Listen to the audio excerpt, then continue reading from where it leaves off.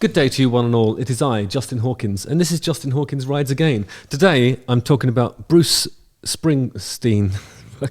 I'm always tempted to say Spruce Stringbean because I usually euphemistically refer to him as that when making an example of somebody in the music trade, using Bruce Springsteen as a reference. Anyway, the song is called Do I Love You? Indeed I Do.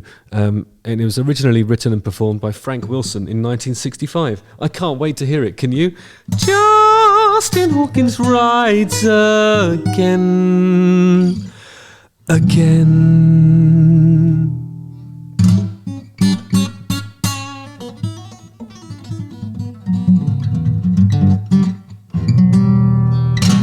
Right. Now, the first thing to say is that this new album that he's done is called Only the Strong Survive. It's a collection of 15 soul classics. This is his take on Frank Wilson's Do I Love You? Indeed I Do, and it's the lead single. Apparently, Bruce Springsteen said, I just wanted to make an album... I wanted to make an album where I just sang. And what better music to work with than the Great American Songbook? This is a terrible accent, I'm so sorry. I'll try again, here we go. I wanted to make an album where I just sang. And what better music to work with than the Great American Songbook of the 60s and 70s? Well, good point. Bruce Springsteen is 73 years old. He's released 20 studio albums, most of which feature his backing band, the E Street Band. He's one of the originators of the Heartland rock style of music, combining mainstream rock musical style with narrative songs about working class American life. And he's been nicknamed The Boss. He's sold more than 150 million records worldwide. Incredible stats. Before I go into this, I must say that a collection of soul classics is the kind of thing that an artist does at a certain point after the period when they are considered, how can I put this, a formidable creative entity, you know? It's something that you do, I think it's something that, I know when Rod Stewart did it, I'll probably do one. I just think it's one of those things that you just do. It's for your existing fan base. I don't think he's trying to reinvent the, it's probably not going to be, how can I put this, anything other than a celebration of a soul classic. Let's watch it.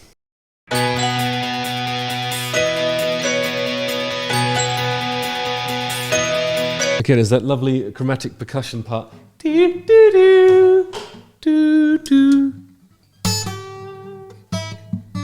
going like that. And there's a really distorted guitar going, but it's so far in the background you wouldn't even know it was a distorted guitar unless you're listening very carefully, which I am.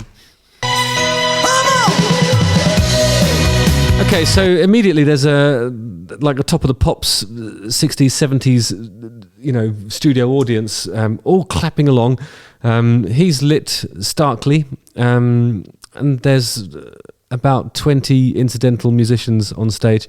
It sort of reminds me a little bit aesthetically of when Phil Collins did You Can't Hurry Love. Remember that one?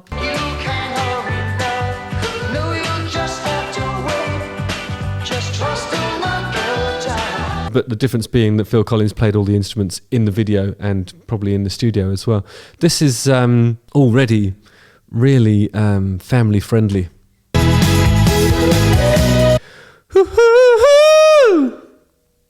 Classic. I even feel like he's clapping gently.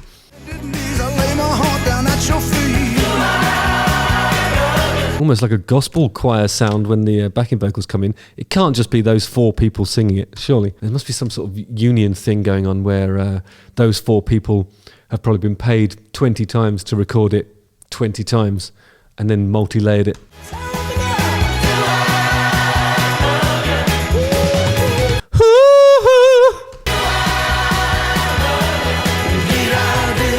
Okay, well, this obviously isn't a working class anthem as such. This is more of a celebration of a love. I mean, there's nothing else to say about it, really. I would say this, though. He's definitely got that sort of capped shirt, rolled up, the sleeves rolled up to about here. The only thing missing would be like a cigarette box inside there for maximum rebellion. But that's not what this is about. I think this is him saying, yes, I'm still Spruce Stringbean. I still am the voice of the working class American factory man, but I'm just singing a soul classic because I enjoy singing. And I don't need those cigarettes anymore. They're bad for you.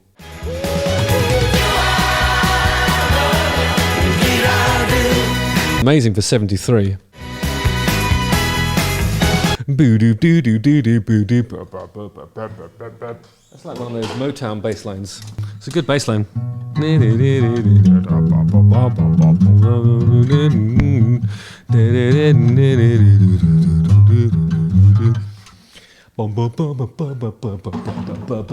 American songs.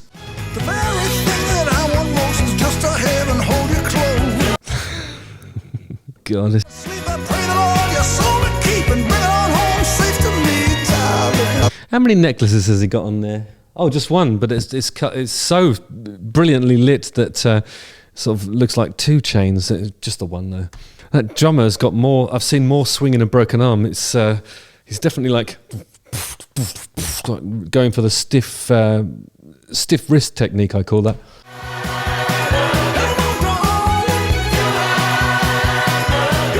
Really gives the vibe of just a room full of people enjoying themselves. What's that instrument there? That's like it sounds like a saxophone, but it's much bassier. What would that be? Probably like looks like a cross between a tuba and a saxophone. So like maybe a tubaphone, I think that is. It's a tubaphone, yeah.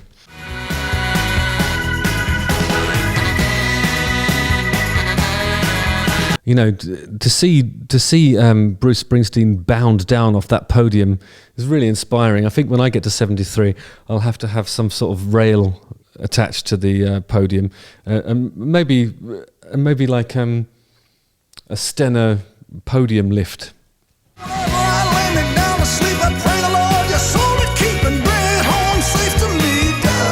You can tell he's been in the business for a long time. His drum riser is so luxuriously upholstered, gorgeous plush carpet on it. Probably, has an absorption coefficient that makes the acoustics better.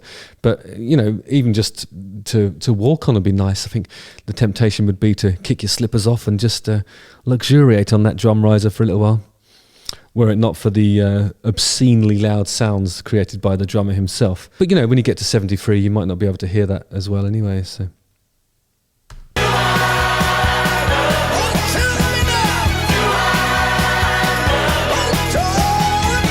So one of the backing dancers there has got my move. It's this one. I'll try and stand on the fireplace to show you. No, I won't. It's like this.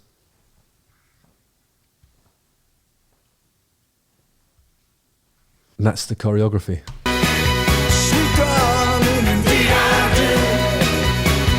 That is the biggest saxophone I've ever seen. It's just massive. It sounds great, but it must be difficult to carry that around.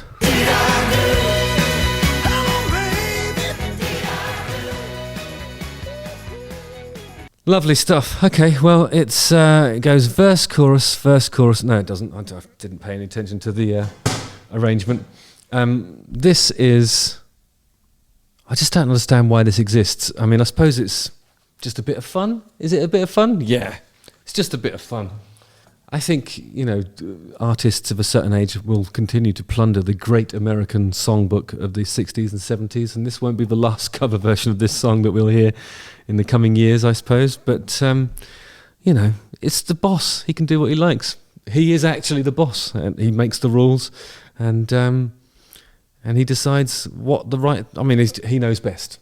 He's the boss, I think we can safely say that... he's provided us with enough brilliant music over the years to justify, a slightly self-indulgent exploration of the Great American Songbook. More power to him. I don't think it's one of those ones that they'll be singing on the factory floor down at... what would the factory be in New Jersey? I suppose it would be. There'd probably be like a confectionery factory down at the seafront somewhere. So that makes things like saltwater taffy, or rock. I mean, a stick of rock. The candy factory down at Jersey Shore or wherever it is.